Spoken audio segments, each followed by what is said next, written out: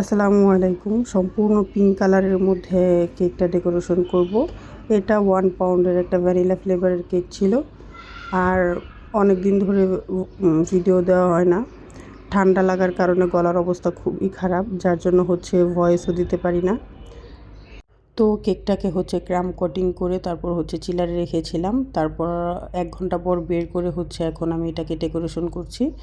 তো ফিনিশিং শেষ। এখন আমি এটাকে ডেকোরেশন করব। আর এটা একটা কাস্টমাইজ করা কেক ছিল। মানে আমাকে পিকচার দিয়েছিল যে এরকম করে দিতে। আমি সেম করার ট্রাই করেছি। এটা এই ডিজাইনটা আমি এর আগেও করেছিলাম।